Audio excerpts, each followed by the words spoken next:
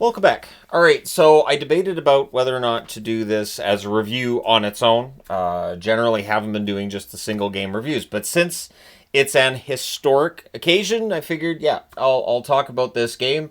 We're in between the second and third period of Dallas and Minnesota currently. Lindgren versus Sorokin in this one between the Islanders and the Caps, and the Islanders have a lot on the line here too. Fir Avenue is a shot this blocked. Pretty tentative start. It was a quiet start to this one. Things get pushy on a hold by Sorokin. Shots are 2-0 for the Caps at 3.5 minutes. Chychrun has a rush chance. That's blocked. 6 minutes in, the shots were still 2-0 for the Capitals. So a lot of back and forth, not a lot going on. In 2 weeks' time, when it's playoff time, I guarantee you there will not be a problem for me in filling the board with notes because playoff hockey is it's this whole other beast, especially the first round. The Islanders press at 6.5 minutes. They finally get their first shot, and then at 7:06, the Islanders score. Horvat wires one from the inner slot. Holmstrom and Pulock with the assists. It's 1-0 for the Islanders. Caps press to respond. Ovechkin's on the ice. Every time Ovechkin was on the ice, they would talk about it. Every time he left the ice, they would talk about it. I totally understand that. I'm going to say, though, and it's on the board here, I really think the Capitals' play will improve coming out of this game. I really think it will. So, Radish can't bury one in close as the Capitals are looking to tie it. And then at 9 minutes, with kind of a chip shot from the doorstep, Gatko makes it 2-0 Islanders. The assist to McLean and Romanov. We then get a power play for the Isles. There's an early clear and another. Horvat has a chance that's held. Dobson fires one wide from the slot. The Caps kill it off. One shot on net. Beauvillier then has a turnover chance. That saved. The Islanders press with 5 minutes left. Caps get some pressure in the final minute. It's 2-0 for the Islanders after one. And there was a lot of stops and starts to this second period. Early press by the Islanders. Ovechkin has a point shot that saved. The Islanders rush. The shots are 2-0 for New York, 3.5 minutes in. Teams trade turnovers, and the game is just quiet. Everybody's waiting for goal 895.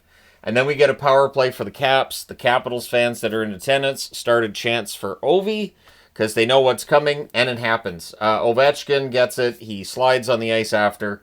Goal 895. Strome and Wilson with the assists at 726. Gretzky also told Ovechkin that when he hits 900, he might buy him a car. And all I'm thinking is, doesn't he make, like, his cap hits $9.5 million? I think Ovechkin could just buy whatever car he wants and then just buy another one the next day and then another one. But at any rate, so that's 895. And there was a long break. I did a news video during that break. A lot of time spent with the ceremony and everything that was going on. Then we get back to the hockey, and the Islanders look to respond because this is a hockey game they need to win. Caps press at 9 minutes. Puck nearly deflects off Mayfield into his own net. That would have been slightly embarrassing. We get a post for Engvall as the Islanders press, and then at 10:26, Gatcomb buries on a pass from behind the net. Martin and McLean with the assists. It's 3-1 in favor of the New York Islanders. We get a power play for Washington. They cycle. Chychrun has a shot that's saved. There's a shorthanded rush by Horvat that ends up drawing a penalty. So it's 9 seconds of 4-on-4. Then everything gets killed off there. The Caps, they press in the final minute. No nuggets, though. No chicken nuggets for Caps fans.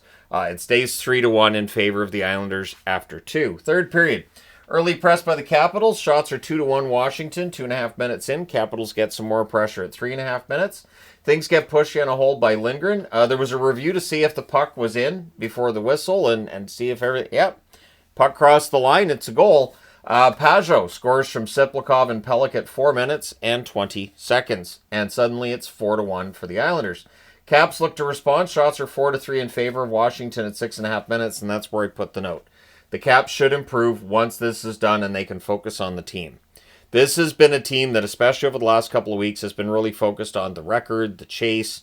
There's this circus of media following them around, all of this attention, and I feel like it's distracted the Washington Capitals from their goal, which is trying to win a second Stanley Cup this year. So the Islanders press at 8.5 minutes. Things get pushed on a hold by Sorokin. Caps press halfway through the period. Horvat has a chance that's blocked. Fasching fires one wide on a rush. Siplikov to Pajot. There's a near miss there. The Islanders press with 3.5 minutes left. And I thought the Islanders played a pretty complete game. Everybody's going to be talking about 895. Rightfully, I get it. Totally get it.